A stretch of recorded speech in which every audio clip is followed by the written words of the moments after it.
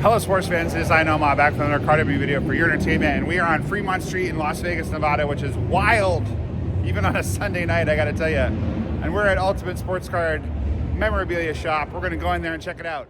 So this card shop was a little different than the other ones that I visited when I was in Las Vegas. I was only planning on going to 3, but I found myself on our last night. Here are just some of the $1 to $5 boxes they have. On my last night, had some time to kill. There were no shows playing that I was particularly interested in, and I don't gamble.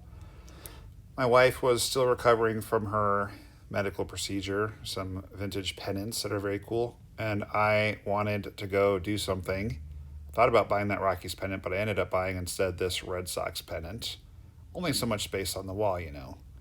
Anyway, I decided to wander over. It was about a 10-minute walk from our hotel, and I'm really glad I went. You can see that video camera in the top left-hand corner. That's because if you haven't been to Vegas before, Fremont Street is nuts. It reminded me of Bourbon Street in New Orleans, and I'm sure they have plenty of theft and just sketchy stuff. That Ted Williams thing was really cool. It was a root beer sign that he had signed.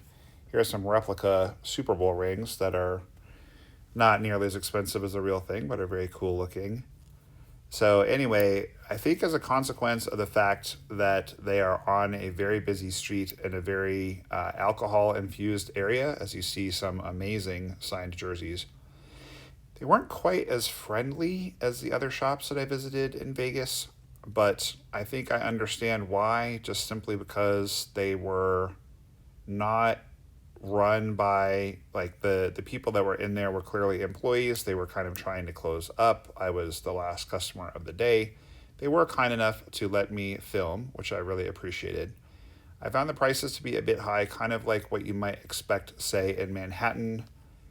They weren't terrible, and I did buy quite a bit of stuff, which I will show you guys after the tour, but it just was a little bit less user-friendly for me. It was kind of like, again, what you would expect in a very touristy area.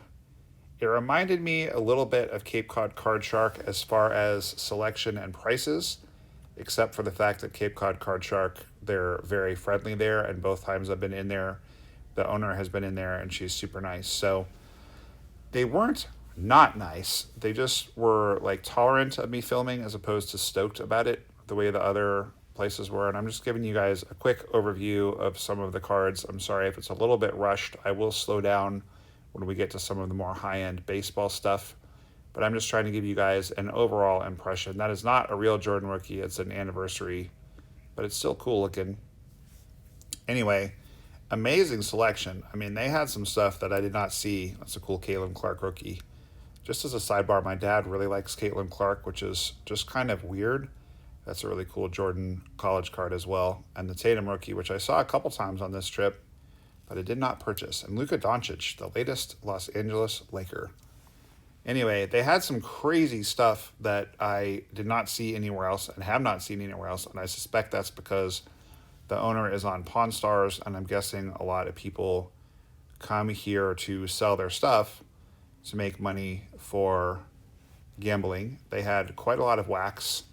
The wax, I did buy some, including something really cool that I think you guys will really enjoy seeing me rip, and it's not something that you see every day.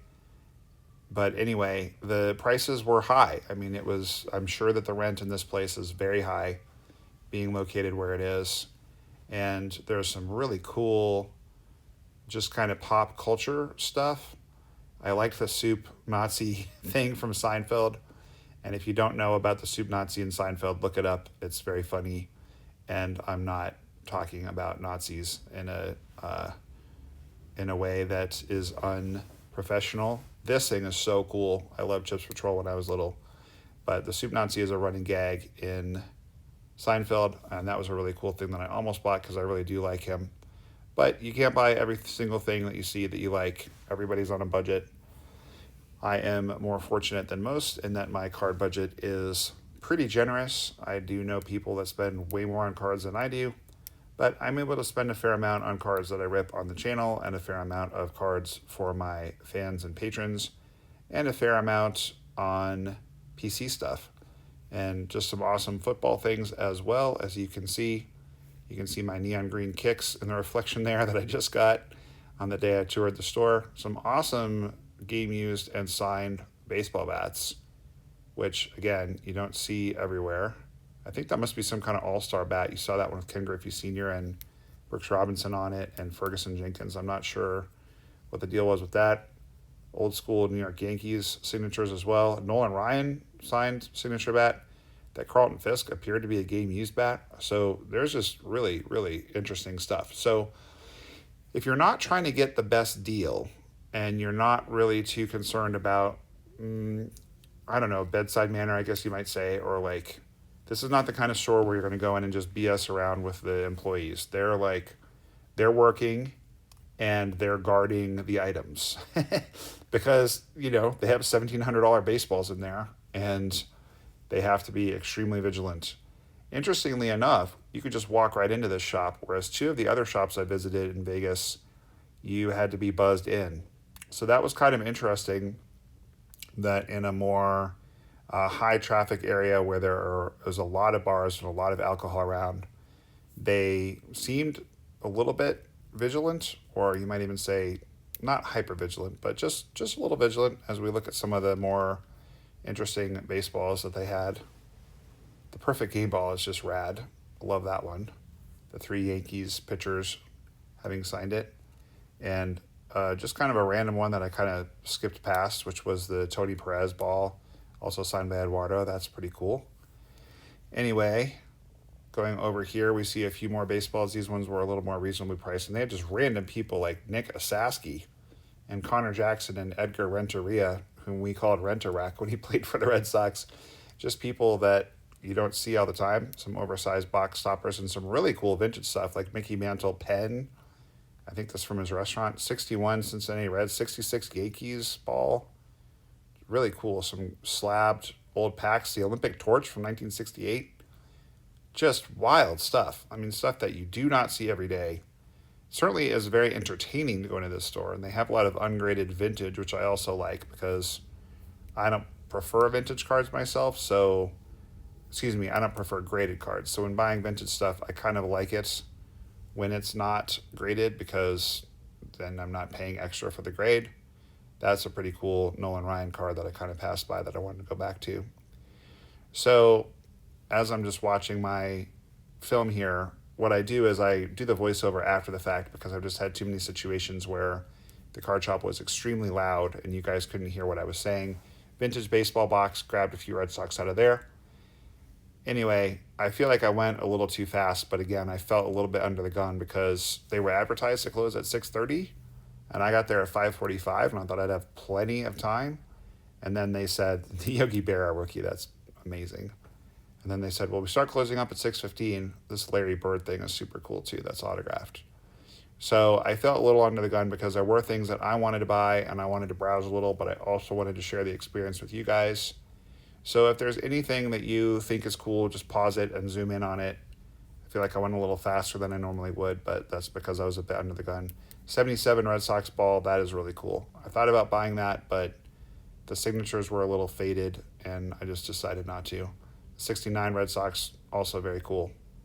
So just a lot of really cool stuff. If you're looking to buy a higher end item and you're more looking for a unique item like an Andre Jones signed bat or a Carlos Baerga game used bat or whatever, then this is the place for you. It's, there's a few things that I bought. They wouldn't budge on the prices, which was a little surprising because usually when prices are a bit higher, it's to leave them room to haggle. But like I said, it kind of is what it is. It's in a very touristy area. And so you're going to pay the higher rent prices, but they've got really, really nice stuff like Sandy Koufax and Tiki Barber, autographed jerseys, and Bird and McHale. No Larry, but we did see the figurine. And Bo knows the Las Vegas now Raiders. Sweet Bo Jackson signature. That thing is ridiculous. So cool. There's a lot of things I would have bought in here, like the Willie Mays jersey, if I just had unlimited resources. But of course, we all have our limitations. So let's go over here and look at some of the lower end stuff. They just had kind of like really cool displays and photo balls and cheaper stuff, older wax kind of in the center. So the more expensive stuff's kind of around the walls of the store, and the cheaper stuff is in the middle. So some vintage stuff, some things you don't see every day. If you've got a hankering for a $300 full steel box of 88 Donruss, you can grab that. Some of the Stadium Club and other things that are pretty cool. And I kind of just cruised by that Upper Deck box, but I did buy a sealed Upper Deck box so that we can look for Ted Williams autographs. So they also had a little bit of a sale on this stuff and some kind of grab boxes, not grab bags, but grab boxes, cool vintage pennants. Let's go home and see what we got, guys. Okay, guys, we are back home from Vegas and got some really cool stuff at that shop. I'll show you just first real quick the PC cards that I got. Just some Ted Williams cards I didn't have yet. The Jim Lonborg Game Classic card, very cool. A Jim Ed that I didn't have, and a Pete that I didn't have. The prices were not good. But, you know, you're in one of the most expensive parts of Las Vegas, and I just wanted to grab those cards for my PC, so I did. And then we also have these three kind of more premium cards from 2024. We'll open one of those. These are all hobby packs, so our odds of getting an auto are not amazing, but they're better than they would be not in a hobby pack. And we're going to have a Prospect Power Up orange themed. Could be Oriole. Nope, it's going to be Bryce Eldridge, who, if you're not familiar with Bryce Eldridge, one of the better prospects in the Arizona Fall League. I didn't get a chance to grab his autograph, but he this could end up being a pretty cool card. He's obviously very good. One of the top prospects in baseball. And nothing doing on the autograph. First, Bowman Walker Jenkins. That is definitely one of the better cards that you can get out of here. So top left corner is not perfect, but that is a pretty dang nice card. I will definitely take that. So for just a random pack of Bowman, one of, if not the best first Bowmans you can get in the product, and the Prospect Power Up. So all very cool.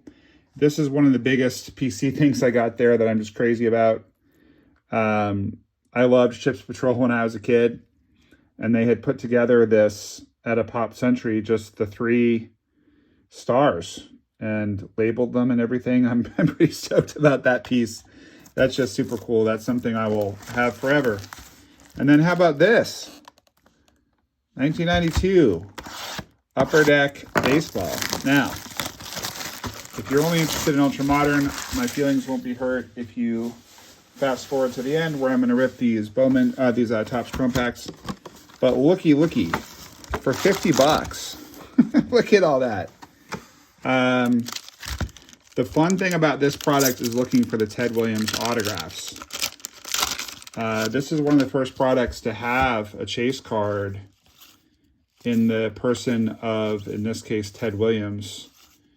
The cards, as you guys may remember, were very random in how they were put together. So it's a little bit of a hard product to open for that reason. You know, you have upside down cards, you have flip cards. I think that Upper Deck was kind of trying to prove the point that, hey, you know, Hall of Famer Jeff Bagwell, that can go on the stage, I suppose. That, hey, you know, ours are really randomized, and that's cool. You know, with Topps to this day, you know, you can kind of start to see what the sequence is going to be. And again, you know, we can look at these cards. They're cool, a little bit hard to open because these are so old. They're beautiful. I mean, Upper Deck was kind of the precursor to Stadium Club as far as just being great looking cards. And I did not open any 91 Upper Deck, I don't believe. I did open 89 and 90. Of course, in 89, we were all after, ooh, there's Gator. That's a great card that I don't have. He's breaking his bat. There he is back there, the Gator. Got to put that one up. We'll put it up a little closer so we can see it. Kind of a PC guy, like not a huge PC guy, but, you know, kind of a PC guy. There's Joey Bell, Albert Bell. That's not bad. Sean Green rookie card. That'll play. I actually did open a few packs of this because I recognize that Sean Green rookie. I had that card. I do recognize that one. But the card we're looking for is the Ted Williams autograph. I mean, that would just be so flippin' cool to hit that. And I think there were only 5,000 of them produced. There's Bruno, another of my kind of classic era Red Sox for me, like 86 to 92, kind of when I was really into it. I'm not going to call out every single person, but there's Chef. Awesome batting stance. There's Hall of Famer Craig Biggio. Speaking of the Hall of Fame, I kind of feel like Chef should be in the Hall of Fame. I don't know why he's not. Andy Van Slyke sadly will not get to play softball with the people who found the Paul Skeens 1-of-1 RPA with the MLB debut patch. Kind of unfortunate. They decided to send it to auction. Actually, amidst quite a bit of controversy. What's Bob Walk doing? Bob Walk's having a lollipop in the dugout. That's cool. But there was some controversy. There's people saying that kid who pulled that card doesn't even exist. Fanatics, Hall of Famer Tony Gwynn. Fanatics never even put the card out into circulation. Fanatics is the one auctioning it, etc. Jeff Plimpton for my Red Sox rookie card orchestra. I'm inclined to say I do not believe that's true. I think that if that were true, there would probably be some evidence of it. I understand why people are going, oh, you know, that's not true. They made that up. But, you know, if I had an 11-year-old, ooh, Hall of Famer Nolan Ryan, very nice. If I had an 11-year-old and he pulled that card, I wouldn't want it all over social media. When I was a kid, I lived in Maine for a while. Billy Swift was everybody's favorite player because he grew up in Maine. Todd Zeile, everyone loved him too. Everyone in Maine thought his name was Zeile, but it was not. Mo Reese, another classic Red Sox player. If I remember to tell a little story about Mo Vaughn, I will. Alan Trammell, Hall of Fame. Just putting all the Hall of Famers up there, I've decided. Why not? Oral and Doc, a couple of great pitchers. Dan Wilson, rookie. He is currently managing the Mariners. So I'm going to put that one aside, try to get that signed in spring training. It's pretty cool. I have not seen that card before. Anyway, you know, people that are saying that the Skeens card, that's a scam. I just don't think that's true. I think that Fanatics would get in a lot of trouble. I think that there would be some whistleblower. There's literally no evidence of this. It's just people talking on the internet. But I think there would be a whistleblower of some kind, but you know, you have to think about it. Those guys are not dumb. They're trying to do an IPO and go public in a few years, and they're, I'm sure, well aware that if they were to do that, we would all just lose so much faith in them. I mean, it would completely crater their business. So in my mind, it's not true. It doesn't make sense logically because, first of all, as I mentioned, it wouldn't be worth the risk to them, even though they would make, oh, I don't know what they're going to make, 500 grand off that auction. That's actually, believe it or not, it's a lot of money to you and I. That's really not that much money for a company that size. It makes that much money. Sut, he's not in the Hall of Fame, is he? I don't think so. Maybe he is. Scott Brocious, boy, I forgot all about him. Anyway, so I just don't think that that is correct. But at any rate, the family chose to sell it through Fanatics. Golden Auctions got upset about it. There's Randy, Hall of Famer. They got upset about it because they claim, ooh, Bob Wickman. Oh, I got excited for a second. So I got excited twice. I saw Barron's and I thought Michael Jordan, maybe. But he doesn't have a card in this. His card was in 1990. And then I got excited when I saw the back of this because it said Baseball Heroes. And it is a Ted Williams card, so that's cool. But it's not the signed Ted Williams card that we're after. Not the reason why we bought this box. Joe Klink. All-time great name. Anyway, Wilson Alvarez. So, yeah, I just don't believe that. But the Pirates had offered to play softball with Pirates greats, and I would just assume, hey, how's that for synergy? The guy who started the story comes up right as we're ending it. I figured Andy Van Slyke would be part of that softball game. And there he is. All right. David McCarty, rookie. We are not really hitting anything that interesting, although, again, we are going to open up these two packs. And there's Wade, Hall of Famer, of course. These photos are just so great. Harold Reynolds. Might do a through the mail on that one. I like Harold Reynolds an awful lot. Got his autograph at the World Series a couple years ago. Greg Jeffries. I want to talk about him too. That's a cool one. Montreal, Seattle. Guys getting traded for each other, I guess. Rico. It's old school.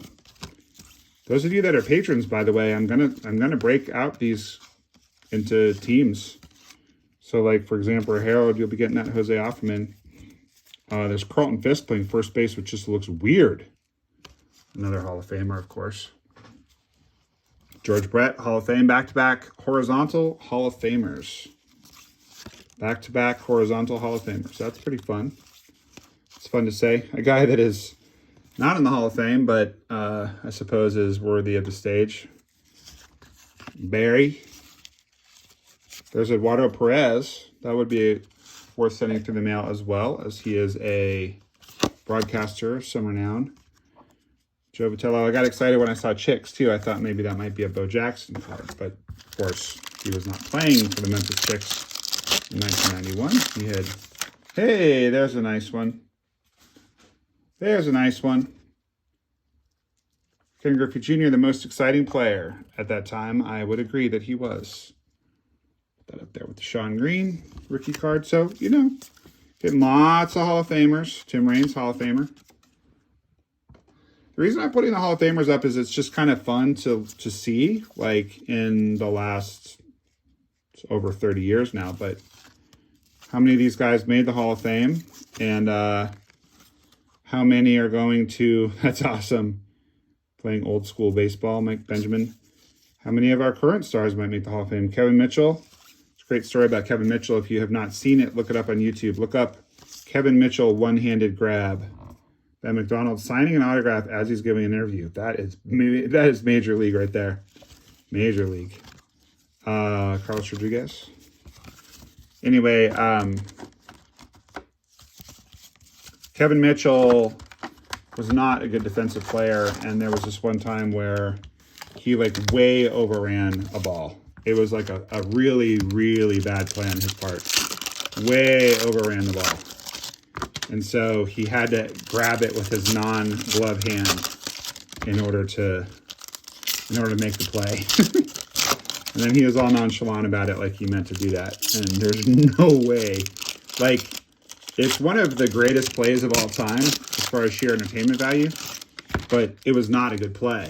It was a bad play. It was a bad play that he turned into an entertaining play by, whoops, professional YouTuber, can you tell? By being bad. That makes sense. Bad play, but entertaining play. Should have been a boring play. Anyway, I respect that. Dewey, another of my Red Sox legends from my youth. Mark Smith. I mean, I hope that all these top prospect cards are serving as a cautionary tale for those of you that, there's another one, invest heavily in prospects, because I mean, I'm as big on a prospect as the next guy. That's a cool one. Hensley. Haven't gotten that one signed before. He signs a lot in spring training. He's the hitting coach for the Rockies, and the Rockies are my National League team, so I always enjoy getting his autograph. He's a very nice guy. Bam Bam. Friend of the channel, Bam Bam, actually. He's done a little spot for the channel in the past. There's Coach Prime. Pretty cool. You know, people kind of, there's Rhino. He's in the Hall of Fame. Kind of look at Deion Sanders. There's a Dimitri Young rookie card. He actually had a pretty good career. People look at Deion Sanders, they were like, oh, he's the poor man's Bo Jackson. But like, whoa. How do you like that? Literally could not have predicted that. Boom. I love it when I'm just riffing and the cards just come up like that. Hall of Famer Dennis Eckersley. Also amazing color analyst on NESN for many years, but he just retired. You know, but people would say he's the poor man's Bo Jackson. Barry, another Hall of Famer. But, you know, Dave Nelson, famously one of the first players from Australia to play in the big leagues. But Bo Jackson's not in either Hall of Fame, and Deion Sanders is. You know, I'm just saying, like, obviously Bo Jackson was much better at baseball. Pudge, Hall of Fame. Much better at baseball than Deion was. Deion wasn't very good. Walt Weiss, former Rockies manager, a guy that I kind of semi-PC. Mark Grace, that one's kind of cool. He broadcasts for the Diamondbacks now, so he's around a lot of games. John Farrell, but not the John Farrell that managed the Red Sox. So, you know, Bo Jackson was elite, and he was an all-star and an all-pro. So, yes, overall, who's better? Bo Jackson. That is a sick card. Love that card. I, like everyone else my age, loved Jose Canseco back in the day. Loved him. Before all the steroid stuff. I still have a soft spot for him, even with all the steroid stuff, just because, you know, I just loved him so much at the time. Anyway, you know, there's another Shawn Green rookie. You know, my point is that it's hard to really say that someone like Deion Sanders is underrated because he is in the Hall of Fame. He's the coach of CU. He's very, very famous. He has a TV show. I mean, whatever. But my point is that when I was a kid, he was extremely popular. You know, he's Neon Deion, he's primetime, all that stuff. But he was always second fiddle to Bo Jackson. Now, I love Bo Jackson. If Bo Jackson hadn't gotten hurt, who knows what would have happened. And he is arguably the greatest athlete in the history of sports. I think Shohei is up there with him, but, you know, he's right there. Kevin Morton, got his autograph a few times when I was a kid. But I'm just saying, Deion Sanders, he was backseat to, Don Mattingly without his stash. He was backseat to Bo Jackson at the time, but I mean, who's in the Hall of Fame? Bo Jackson is not in the Hall of Fame. That's cool. Greg Vaughn, got his autograph once when he played for the Rockies. That's cool. Little insert of Dave Winfield. Just dying for a... I mean, if we pulled that Ted Williams, I would literally die. But I think the odds are extremely low. I don't know what the odds are. Just past Jim Abbott, I got his autograph once. He was a childhood favorite. Tony, longtime Yankees coach after he left the Red Sox, but we already pulled the Barry Larkin. We'll leave that in here. Ooh, looky there. Speaking of guys I was big fans of who are not in the Hall of Fame because of steroids, how about Manny?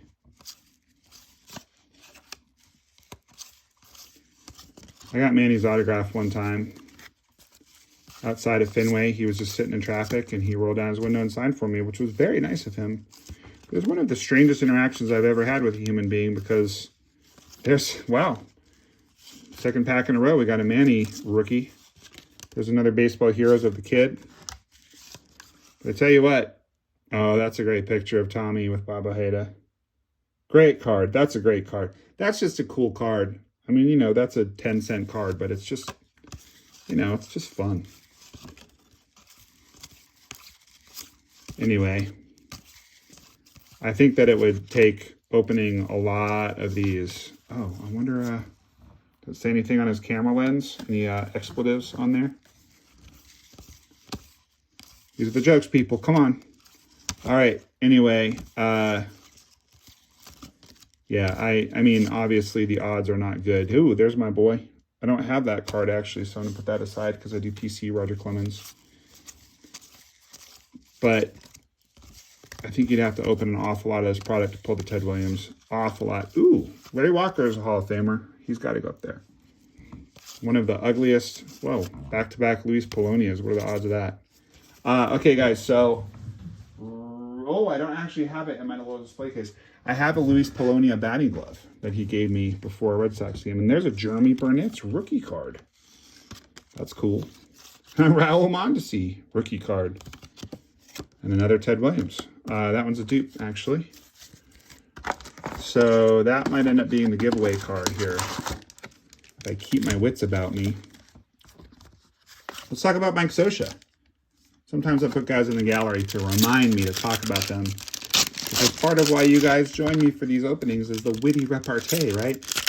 Halfway through this opening, by the way. Please like the video if you haven't already. It really helps the channel grow. And there's another Greg Jeffries. Greg Jeffries playing some defense against Chris Quinn. Chris Quinn, brother of Tony, I think, right? He was Tony's brother. Anyway, Mike Scioscia. In my opinion, Mike Scioscia is the greatest manager of all time, and I'll tell you guys why. The business that I just retired from is a business that I started 10 years ago. And what kept me from retiring sooner was highly, highly, highly stressful. Running a treatment center, working with at-risk youth. Highly stressful. Here's another guy we need to talk about. And it's currently being run by a guy who's my protege, who's awesome, who was my number 2 for many years. There's El Bigo Herdo. He is in the Hall of Fame, of course. He can go with his White Sox teammate, The Rock. Who knew in 1992 that the White Sox had 2 future Hall of Famers? And that's cool. Gary Sheffield is Dwight Gooden's nephew, for those who don't know. That's worth being in the orchestra. That's a cool card. I like that. And that's a cool card, too. That's going to end up with my cousins in Atlanta. Steve Avery. Anyway, it took me 4 years to get him to the point that he could do that job. And I see it as a measure of my success. That I was able to step away and they haven't missed a beat. That I was able to train him and the rest of the leadership team to do it without me. That's cool. Griffey family. Craig Griffey? I've never heard of Craig Griffey. Random. We'll put it up there since the other Ken Griffey card is there. There's Zeal. Cool card. Old Busch Stadium. That'd be a good one to send away in the mail. Ooh, I got excited there for a second when I saw the shiny. I thought we'd pulled the Ted auto. Just a cool little American League hologram. Or as Michael Scott would say, a hologram. Anyway, Mike Scioscia, if I remember correctly, there was at one point in time, Hall of Famer Edgar Martinez. At one point in time, there were, we just lost 3 of our Hall of Famers down the back. I don't know what it is about that one spot, but it's always falling down. It's very annoying. Maybe I need to look at it and fix it. That's a cool card of Abbott. Abbott, by the way, will not sign through the mail. I have tried. Doug Drabeck, I have tried. He won't do it. Very frustrating. Oh, well. I mean, I already got him IP when I was a kid, but I just thought it'd be cool to get him through the mail. He won't do it. Just send your cards back. No explanation. No request for donation. Just won't do it. There's Eric the Red. Like him. Got him in person as a coach one time. There's the Big Herd again. Anyway, so at one point in time, and I don't remember who they all were, Joe Madden is one, obviously, but there was a point in time where he was still managing. Scioscia was. So Scioscia and 5 of his coaches, 5 guys who had coached for him, were managing in the major leagues. So 1/5, there's a cool Tartable card. He will sign through the mail, but you have to send him money to do it. I might actually send that one off. That's a really cool card. And then Hojo. I got him in person when he was a coach. Anyway, so I'm going to open one of these in just a second, just for variety. But when 5 people have left your staff to go run other teams, that's the mark of a great teacher. That's the mark of a great manager. A great teacher and a great manager, like I could have never taught my number 2 how to do my job. That would have given me tremendous job security. But he probably eventually would have left to pursue another opportunity. This actually happened to me in reverse once, where I was the number 2 for an executive director of a treatment center, and he told me he was leaving in 2 years. 5 years later, he had not left and was no indication he was going to leave. And I got offered an executive director job somewhere else, and I took it. More money, more prestige, more responsibility, the opportunity to grow. And he was so upset. He was like, how can you do this? You're the heir apparent. Well, okay, but you're not teaching me anything. You're not challenging me in any way. And you told me you were going to go and let me take over, and then you didn't do it. Derek Bell, rookie? Yeah, kind of worth the stage, I guess. Every time I see a checklist card or any card that's different, I think maybe this is the Teddy Ballgame, but it's not. There's my boy, Ellis. Very first autograph I ever got. We'll tell a story about him in a second. Anyway, so, you know, the way to Hall of Famer Roberto Alomar, the way to have your legacy go forward is to teach. You know, it's like Walt Whitman said, I'm a trainer of athletes. He whose width exceeds my breadth expands my breadth. And if you can find another baseball card YouTuber who's quoting Walt Whitman at you, I'll be surprised. That's what's special about this channel right here. That's what happens when you have an English minor turned YouTuber. And if you like that and you haven't subscribed and you're here after over half an hour, pop that sub button for me. Anyway, okay, so my point is, I think there's an old school Gonzo card. I have a Gonzo autographed hat right there. You guys can probably see the purple hat way to the my right as I'm pointing at it. That was my son's Christmas gift to me, a signed Gonzo hat. Very cool. Thank you, son. There's another Randy. No, we don't really need to put that one up there. There's a Roberto and Sandy card. That's pretty cool. Put that with the other Roberto. Anyway, I just have a lot of respect for Mike Scioscia. He wasn't training his coaches to, Scott Cooper from my Red Sox, he wasn't training his coaches to just support him and make him look better. He was training them to be great major league managers. And at one point in time, he was responsible. 6 out of 30 teams, that's 1/5. 20% of all the managers in the major leagues were either Mike Scioscia or his proteges. That's a cool card of Cal and Billy. That's just remarkable to me. And again, because I've done it, I know how hard it is. I've trained 2 executive directors. I trained one at another program that I was executive director of and handed it off. There's like super old gimpy Gibby breaking a bat. Anyway, I just respect that man a lot. Talking about Ellis Burks, this guy. First autograph I ever got. My dad and I were at the dentist, I'll never forget. I was reading the sports section, of course. Reading about the Red Sox, of course. There's Cal. Signing a poster, that's sweet. I hope whoever that signed that still has that. That's awesome. Anyway, and there's another Tony Gwynn with his brother.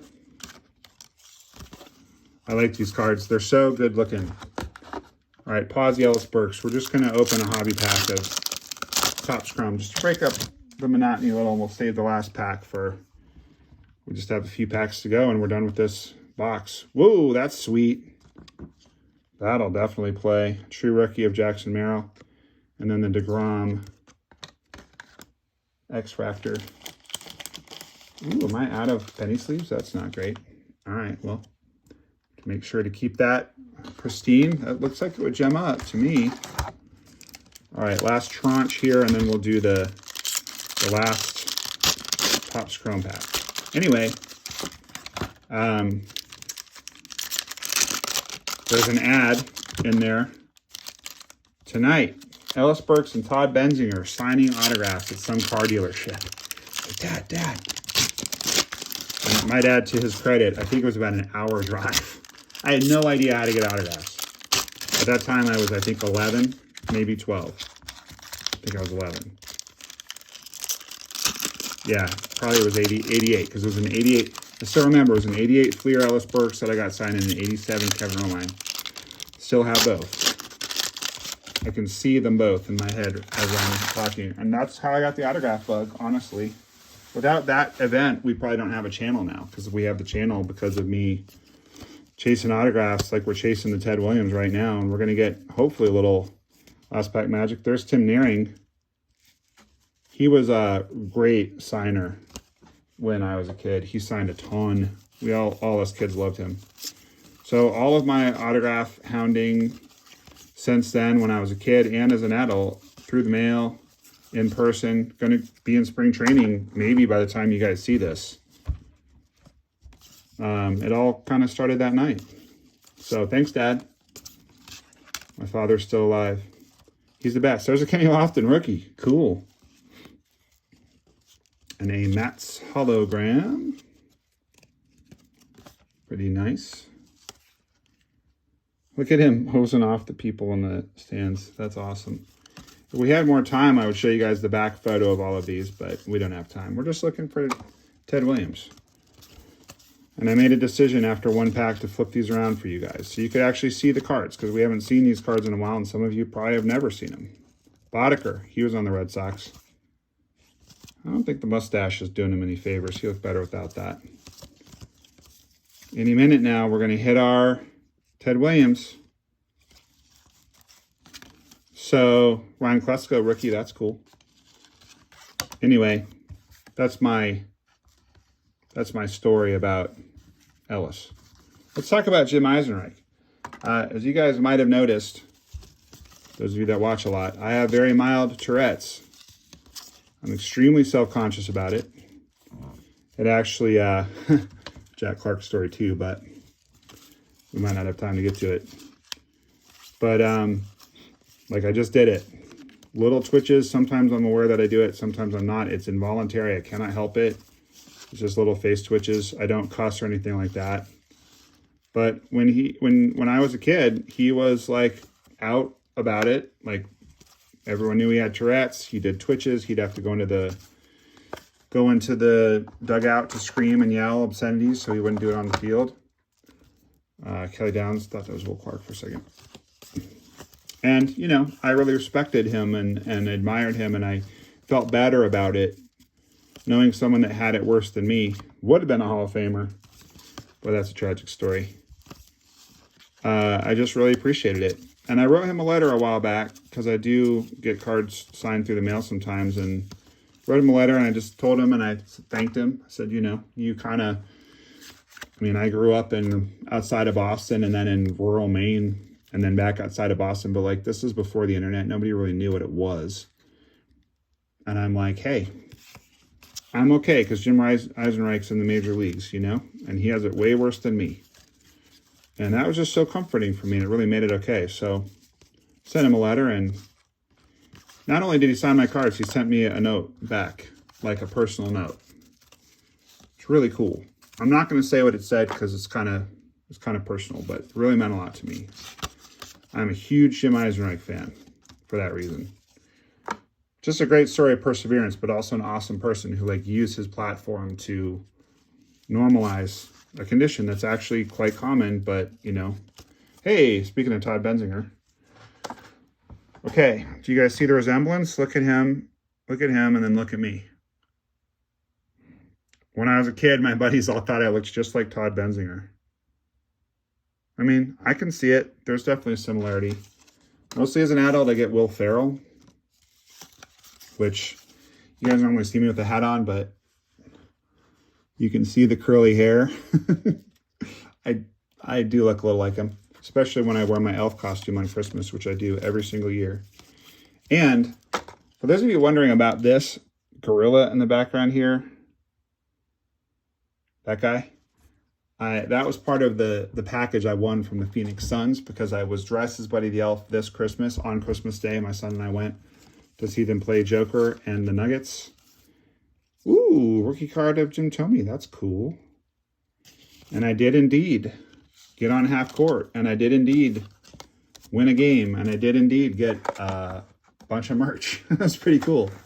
I got an autograph of somebody, I don't even remember who it was, that I gave to a kid who asked for it because, you know, it's Christmas.